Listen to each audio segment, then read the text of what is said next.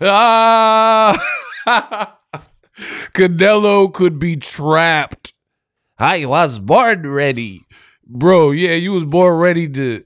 Oh my God. I can't wait to deliver this news to you. It's looking bad for Canelo Alvarez, man. So, shout out to this page. Izzy. Now I'm going to translate it for you guys. Canelo Alvarez. You should just stay with PBC and fight Benavidez. So, peep this. We're doing a rough translation, and it says, according to reports, Canelo is also unable to reach an agreement with DAZN after leaving the PBC. Oh my gosh. See what happens when you don't do what is right? Oh, it's looking ugly for the boy. Now, I was born ready. Well, now it looks like you have to go back to the drawing board because you want to play games. And it looks like the companies, I know the fans, but the companies, they're hip to it. And it sounds like they're not trying to play these games, and nobody is willing to overpay Canelo for events in boxing matches with no positive ROI. See, I come from being a military brat. My dad was in the military. I've told you guys that since I started because it's my truth. This is my story. The military, I've used this again, but for the new viewers, the military has an acronym, and it's WIFM. What's in it for me? Any respectable business that expects to stay in business, they gotta consider the WIFM. What's in it for me? Like, what do I get from this transaction or this partnership? Like, for example, let's say Under Armour, they do a deal with The Rock. They're doing a deal, and he's going to be endorsed by Under Armour or whatever, or come out with his own line of clothing because he has an established brand. So by partnering with Under Armour, they're going to release Project Rock type of material and clothing and shoes and stuff like that because he has an enormous brand. All right. So they're making it make sense. We work with him, who's an athletic figure, former football player in Miami, Florida, accomplished wrestler. So an athletic company like Under Armour, they want to do business with The Rock. It makes all the sense in the world. Athlete turned actor with a crazy reach and, you know, a lot of followers, and everybody knows the face and the brand and stuff. You work with him. What's in it for me? So it's has to be mutually beneficial. Canelo wants to continue doing what he's been doing for years and is really not mutually beneficial in many of these situations. He wants top dollar, pay me $35-40 million, but his events aren't generating that type of pay-per-view buzz. Now, the better ones like Caleb Plant for Undisputed with a great buildup, that was probably his last great selling fight where it did almost $1 million. These are very respectable numbers that you could be happy with. Canelo wants to cherry pick, and it looks like people are not fond of this, especially the purses are tightening up. So let me read this again. According to reports, Canelo is also unable to reach an agreement with DAZN after leaving PBC. Saul Canelo Alvarez wants Edgar Berlanga and Munguia in that order, but DAZN wants something else. Then you see David Benavidez's trainer, Samson Lukowitz, who represents Benavidez, and he responded to this. And I want you guys to see this. We'll translate this for you. And it says, how unfortunate. This is the same thing that Canelo proposed to PBC. it was Jermall Charlo or no one.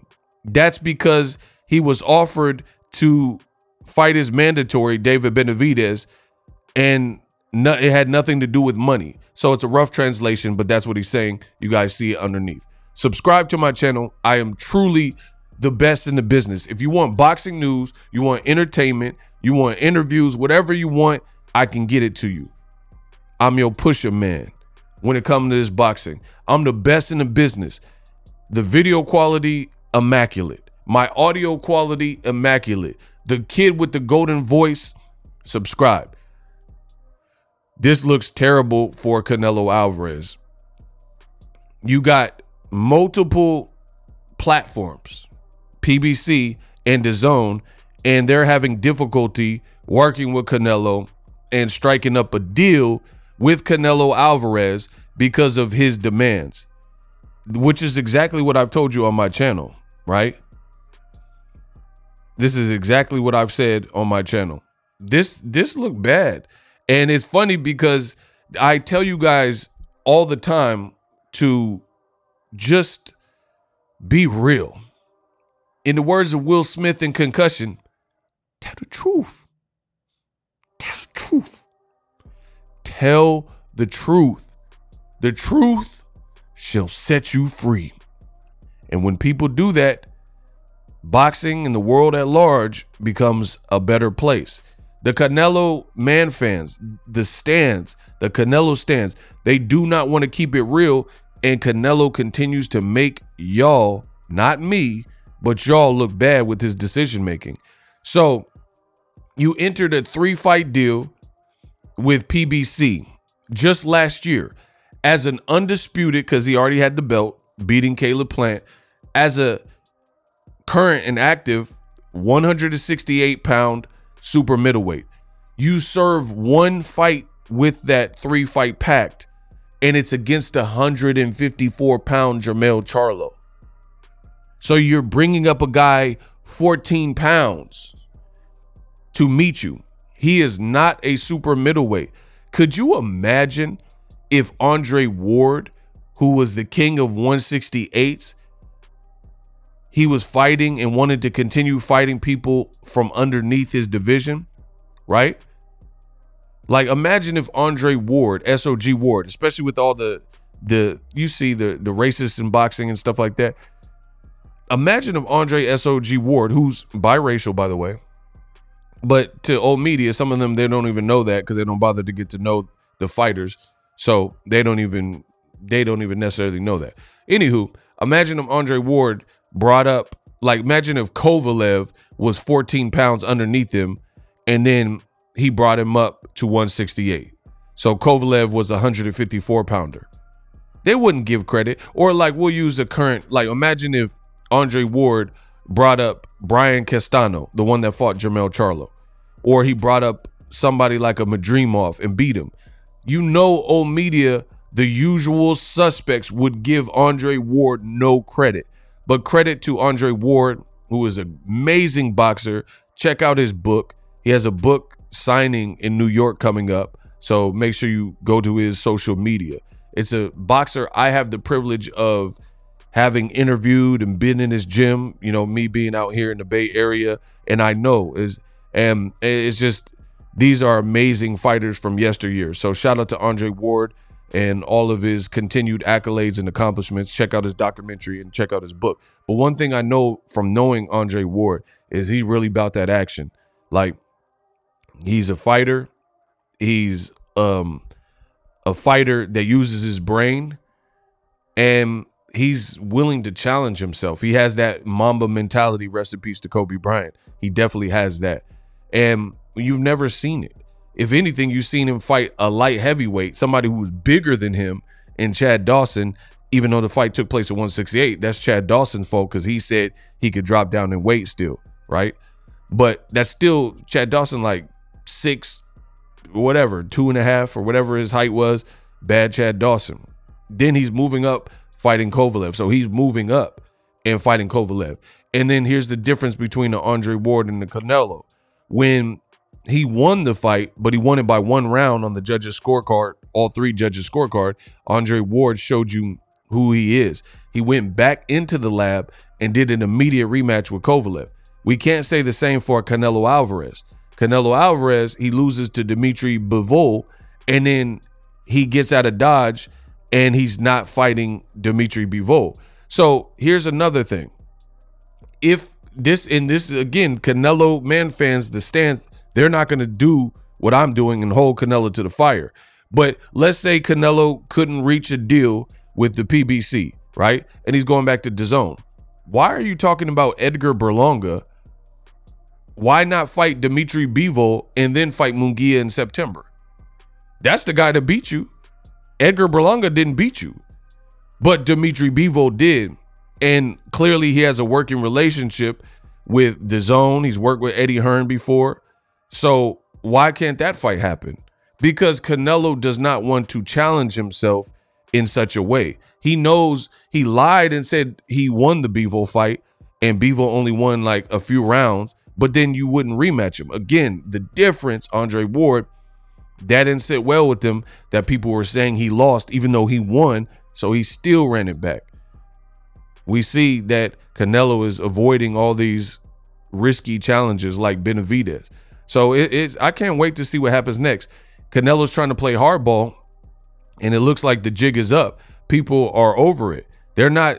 I think these companies respect Canelo's brand, and they're willing to work with him and make money together, but not at the cost of it only satisfies you. It only takes care of and facilitates things for you and your team and your family, but it doesn't actually benefit us, because that's not really a partnership. If you have a deal and that deal is not mutually beneficial, then that's not much of a deal. Now, again, this new article, it says Canelo wants Berlanga and Munguia in that order. DAZN wants it the other way around. So this man is insanely difficult to deal with. And why am I the only one talking about it? Saul Canelo Alvarez would have decided for Munguia and Edgar Berlanga to face him in 2024. And now what remains to be defined, according to journalistic reports, is what order he'll do it in. Canelo left PBC for not reaching an agreement with the rivals and the stock markets. Now Canelo negotiates with DAZN, although he does not reach an agreement on the order of rivals, according to Dan Rayfield's report. DAZN prefers Alvarez to fight against Munguia in May and then Berlanga, Dan Rayfield wrote on his website, Fight Freaks Unite, according to source, while it is said that Alvarez wants to do it in the reverse order. Why is this man so hard to deal with? Who's asking for the Edgar Berlanga fight? Munguia just beat the same guy that you beat, and he beat him more impressively. Why are you unwilling to fight him next? All Mexican showdown, you know? And even here's the thing, bro, Canelo has played so many games, he's trapped. He said he didn't even want to fight a Mexican fighter. Now he's saying he's going to fight a Mexican fighter, but he wants to fight it in his order. But Canelo Alvarez himself said that he didn't want to fight people that represented the same flag. And then they're trying to fake hype this Mexico versus Puerto Rico beef in boxing with Berlanga. What? Now, Mexico and Puerto Rico has had some classic fights, Canelo and Miguel Cotto or whatever, right? So there have been historically a lot of great Mexican versus Puerto Rican fights, but it's not just any old fight. It's Cotto versus Margarito, a Puerto Rican fighter versus a Mexican fighter, right?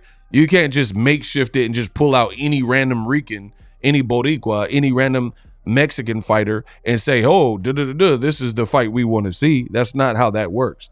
So if you're trying to pander to that, you got to do a better job of making it make sense. No one asked for the Berlanga fight.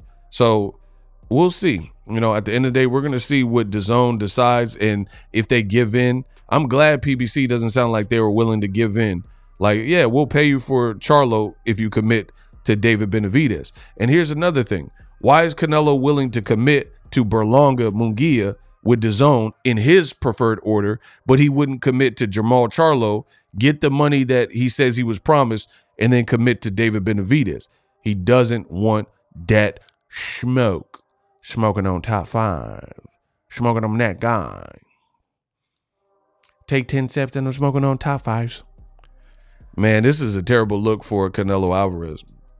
You know, and if what I'm saying is not true, which I know it is, I just want to see how stupid you look in the comment section. If what I'm saying is not true, explain how Canelo Berlanga in May is a better fight than David Benavidez. Don't just say, oh, Canelo can do whatever he wants. He's earned it. Tell me how it's a better fight, because that's all you should care about in boxing is, for real, what fights you're willing to pay for. And if you're willing to pay for Canelo Berlanga, then to me, you're kind of a groupie.